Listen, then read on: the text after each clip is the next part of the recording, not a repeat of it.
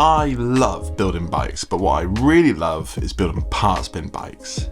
Over the years of doing this channel and just being obsessed with bikes, I have quite the collection of parts bin stuff now. A lot of my bikes get dismantled and put back into the parts pile, and I redo them and build them in different ways. I absolutely adore doing it. But something I also really enjoy is seeing other people do parts bin builds. It's quite interesting seeing what sort of parts that certain people have in their parts bin. I imagine a lot of my parts are very similar types of builds that I do compared to someone else's parts bin build, which is going to be a completely different range of parts just because of this type of bikes they've ridden over the years and the kind of things they've been involved in, if that makes sense. So something that has been in my mind for some time now is what it'd be like to build a bike out of someone else's parts bin. Today is that day. Anybody who's followed me for some time now knows that last year, sometime, I made very good friends with the guys over at Stay At Cycles, and I basically moved in. Most of my build videos these days happen there. When I'm hanging out and stuff, I just use the car park or inside the workshop to build my bikes. It's been very good friendship so far. In the time that I've known them and the time that I've spent there, which is a lot, I have noticed quite a lot of parts knocking around. Steyr, obviously being a bike manufacturer, they have built show bikes over time, they've built customer bikes, they build tons of different types of bikes. Some of those parts end up back at the shop, some of them go off, but like they have lots of different parts all over the place in lots of different conditions. So this week, I convinced Sam to let me go through his parts bin stuff to build a new, essentially, shop bike for the shop, running down to the corner shop or whatever might need a bike for, but mainly just because I wanted to build a parts bin bike. As well as building the parts bin bike, I did get the chance to play with and put on this bike an exclusive pre-release handlebar as well that Steyr are going to be releasing next week, but we'll talk about that more later on in the video. But I think that's enough waffling from me. I know some people recently have been getting quite annoyed at my talking. Sorry, I talk. But now I will stop and go and build a bike.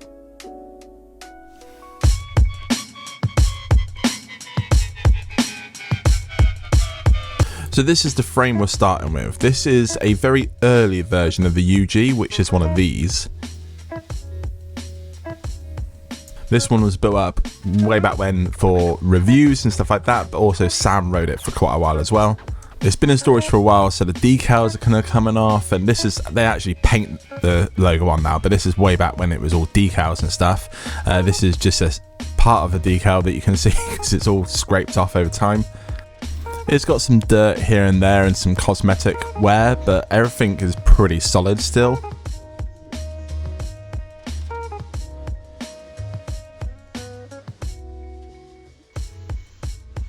First things first, I wanted to get these cables off and the axle that's in the back and give it a bit of a clean. Like it's not dirty, it's just got kind of like marks on it from like tape and just things from time basically.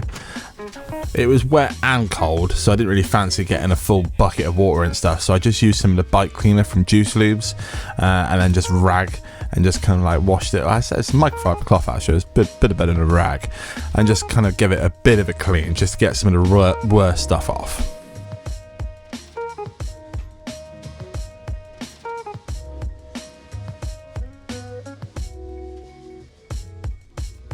Time to rummage around for our first part for the bike.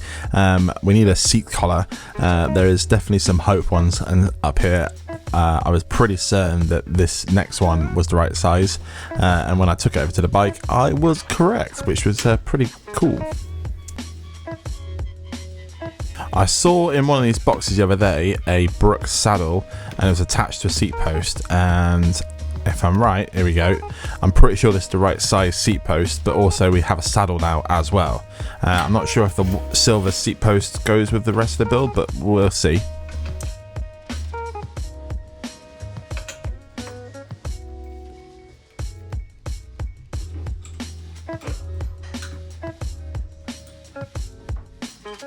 So the bottom bracket on this bike is a T47, so it's like a larger bottom bracket that you probably have on most road and gravel bikes. I want to put this Middleburn crank on it, which is square taper, and I know that where there's a square taper kind of normal English bottom bracket, so Sam said I do have an adapter. So Sam actually had 2 of these made. I don't know if they actually exist anywhere else. I don't know if anybody's ever done this before. I've not looked into it that deeply. But Sam knows that he had to get these made, and it cost a hell of a lot of money. If I remember rightly, it was for a customer who specifically wanted them for something, and Sam still has a set. I was super paranoid about this going in wonky, so I did take my time, kept backing it off until it kind of bit properly, and then went for it. And then I also couldn't find the right tool, so I used this microfiber cloth to give me a better grip putting it on.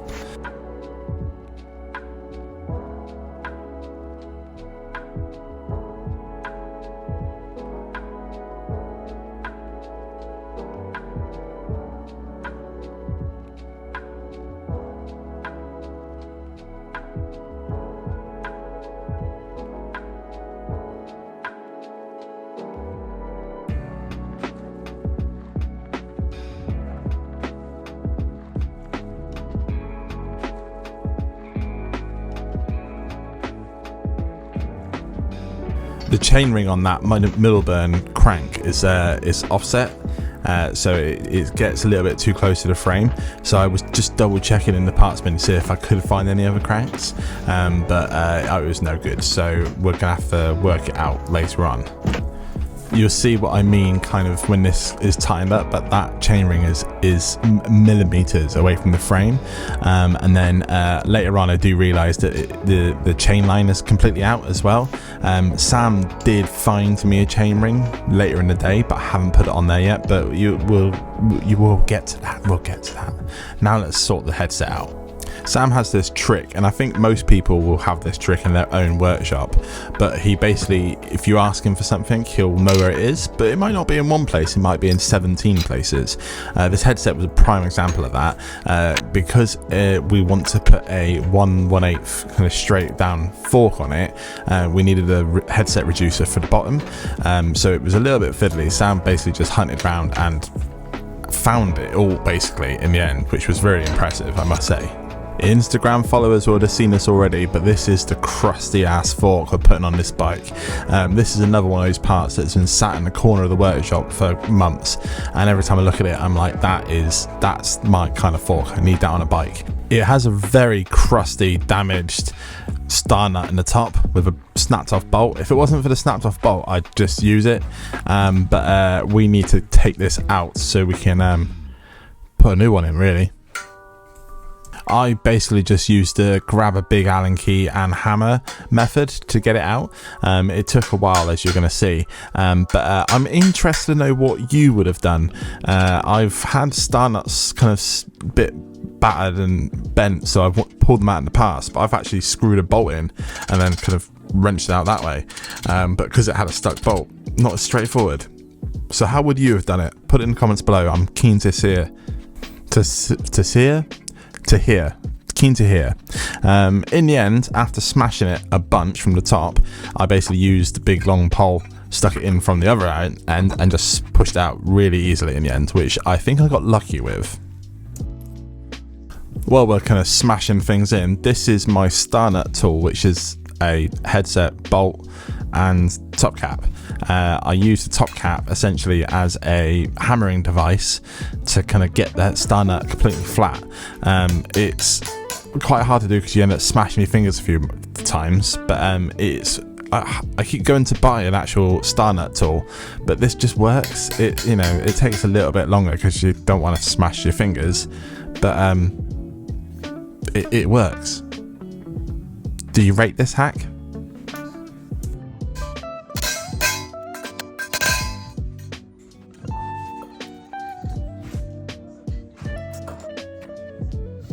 Looking at this fork in particular and the way this bike's come together, it's very much like polishing a turd.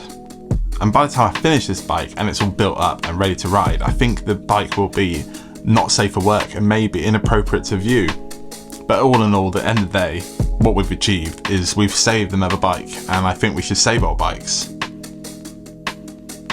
Yeah, that was a really weird way of saying I have stickers.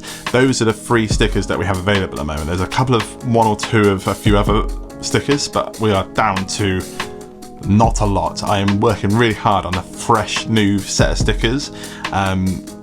Might be a couple of reprints, but generally it's going to be all new designs, so they're going to come very soon. But if you are keen to pick up some stickers after those little gags, the best place to get them is saveourbikes.com. Thank you. It's a great honour of mine to introduce you to, for the first time, the new Handlebar from Stay Cycles. It is a bull moose with a hidden little trick. It's hard to pick it up on this camera, but it has reflective paint. So when you are out on the roads with headlights beaming on you, you can see a bit there. It will reflect back. It's so hard to get with the camera because I need it basically right in front of it. I'm gonna basically go out at night soon. You can see a bit there. See? How sick is that? But I'm gonna get some proper shots of it very soon in the dark, and you can see it properly. But tell me that's not cool. You can see here as well where, do you know what I mean? How good's that? I'm sorry, I'm very excited about these. These will be available next week. If you are not already a mailing list subscriber on Stayer's website, I'd head over to stayer.com, scroll to right to the bottom and sign up to the mailing list, and you'll get a notification or an email as soon as they're available. My understanding is they are very, very limited, and if they do well and if there's a lot of requests for them, they will come back again afterwards. But they are kind of like a bit of an exclusive thing. But yes, as you can see, very cool. That's stayercycles.com, not Stayer Cycles. But yes, that's it. Just going to get the hardware in and we can mount these on the bike. Krispy Kremes, by the way, are not a sponsor of this video. I did eat one of their donuts though. Using some of the lovely slick juice all over the headset, just make sure everything was all greased up. I was crazy excited about this part, not gonna lie. This fork has been staring at me for weeks and it's going back on a bike.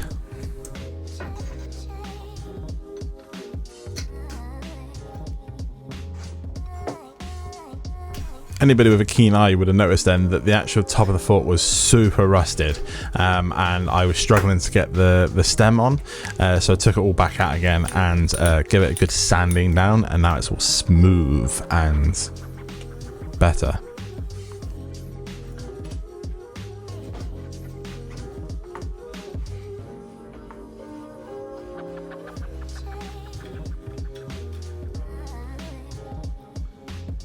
So the bar itself can technically go either way up. In Sam's head, it was going the other way, but with me, in the way that I build bikes, I just felt like it needed a rise. I do flip it the other way in the end, simply being the fact that once it was all built, because of the geometry of the bike, it did actually feel a bit better being a little bit lower at the front. But if you were riding on a bike and wanted a bit of rise, in theory you could ride it that way as well. It doesn't really make a lot of difference, but you will see later on that it just flips and it kind of looks a lot meaner the other way. That's possibly why I've decided to go the other way, but yes, that's just, I don't know if you'll notice later on, it might just happen, so we'll find out. Another part I was quite excited about was building up the cockpit. Brake wise, I wasn't 100% sure, but there was a bunch of pull stuff knocking about, and I've always wanted to try some pull stuff, so we're using the pull stuff.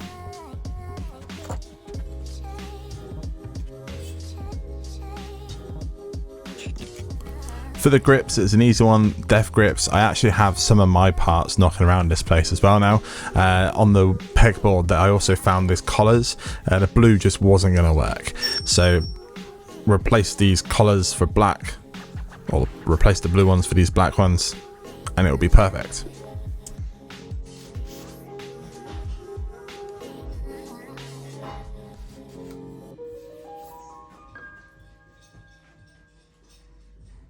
We are cooking with gas, if that's what the saying is, but there's two big round things missing. Luckily, they make custom wheels here, and there's a bunch of those knocking around as well. These were very used, as you can see. They're carbon 650B wheels. They're crazy light, and they're definitely going on this bike. But they need a good cleaner first.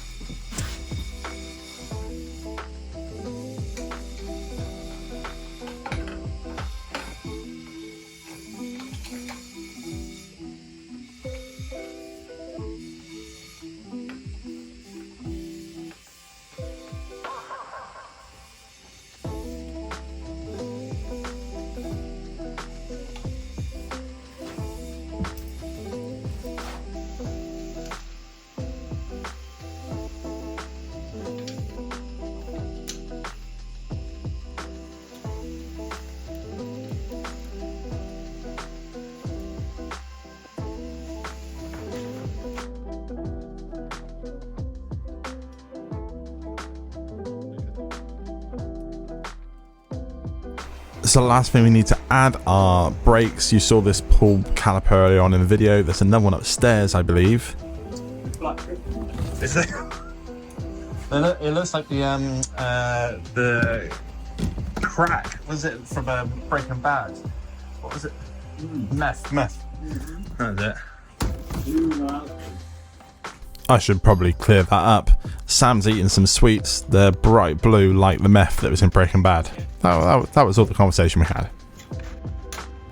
Now these brakes need a real good cleaning, but I was more concerned of mounting them to see if they fit, because I believe the discs aren't the right size. Turns out the front one is maybe a little bit too small, so I need to have a dig around to find a bigger one, but we couldn't find one here.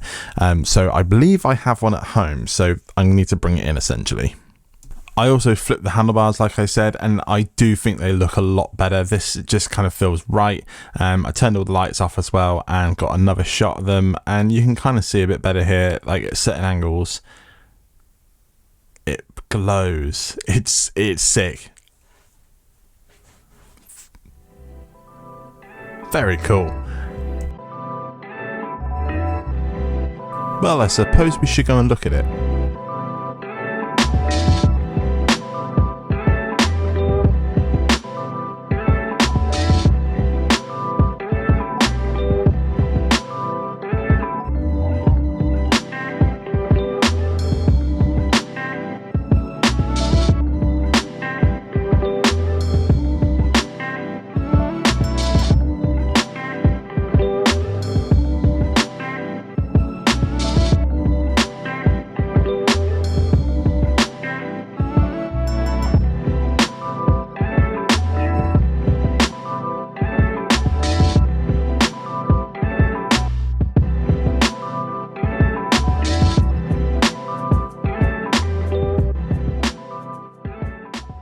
Now that is one of the tastiest bikes I've built in a while, I think, and we're not finished yet. I couldn't find a suitable derailleur, and that's not true. There's plenty of derailleurs knocking about that we could use, including the Ingrid one, but I resisted. I'm going to put a Advent X on it because of reasons, and I left it at home, and I also didn't have a new chain. I wanted to put a new chain on it because there's a new cassette that I found that I put on the bike, which I don't think I mentioned in the video, and some cables, outers. So I've ordered those things and they'll be here in a few days. But as soon as the parts have arrived, I will get this thing finished up and do another video because I'm dying to ride it, not gonna lie. Talking about parts arriving, I've had lots and lots of questions about cheap bike build off. I failed miserably this year. Essentially, the story is that I, in my wisdom, used one of my favourite websites, in Europe at least, was Bike In, over in the Netherlands, because they have so many bike parts, with so much variety and component stuff that like a lot of it is super cheap. So I ordered some. For whatever reason, the package got stuck and it didn't arrive until very recently. I have then also been crazy busy, essentially, long story short, and haven't got around to finishing it off. I am going to finish it this week, as well as this bike that I've just started now as well. It's coming basically, but I haven't just gone off of it. I really want to get it finished and built. It's a nice size frame. It's gonna be quite fun to ride, so it'll happen. But I have all the components for it now, so I just need to smash it out. But if you're new around here and you want to see the end of this build and then the cheap bike build plus the free 4 Crusty frames that I'm been gathering parts for to build next, like I'm about to churn them out. We've got builds after builds coming, so get ready for it. You won't know what's hit you. But if you do want to hang around for that, the best way to do it is subscribe to the channel. I make videos every week, they're absolutely free, and subscribing helps me out a bunch. You can press that button just there, and if you cannot wait until the next video, which I wouldn't be surprised for, that one there is a particularly good one.